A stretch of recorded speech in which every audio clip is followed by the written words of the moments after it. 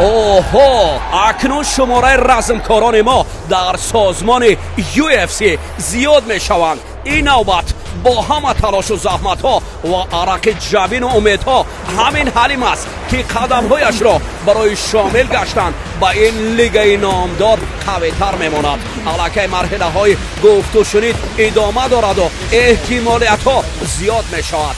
در اصل کیست این جوان تاجیک و آیا با این سازمان ارزشمند است؟ میرویم با تاریخنامه او حلیم نصراللهیف، زاده ناحیه ونج تاجیکستان و مقیمی شهر کاترینبورگ روسیه. رکورد کسبیش 12-0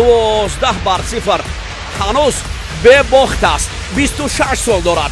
در لیگ های RBM، RCC و وان چمپیونشیپ هنرنمایی کرده است. 6 نکاوت، 2 سابمیشن و در باقی نبردهای خود از روی قرار داوران ظفریار شده است. حتی بار در حضور سرور کشورمان پیشوای معظم و رئیس جمهوری روسیه در نمایشگاه اشتراک کرده و از هنرش افتخار داشتیم.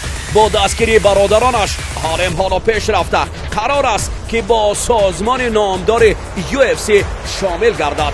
ما را لازم است که هموطنان عزیز در این مرحله دست جمعانه برای حلیم سخنان نیک نویسیم. تاجیکستان با پیش، نامبردارانش با پیش.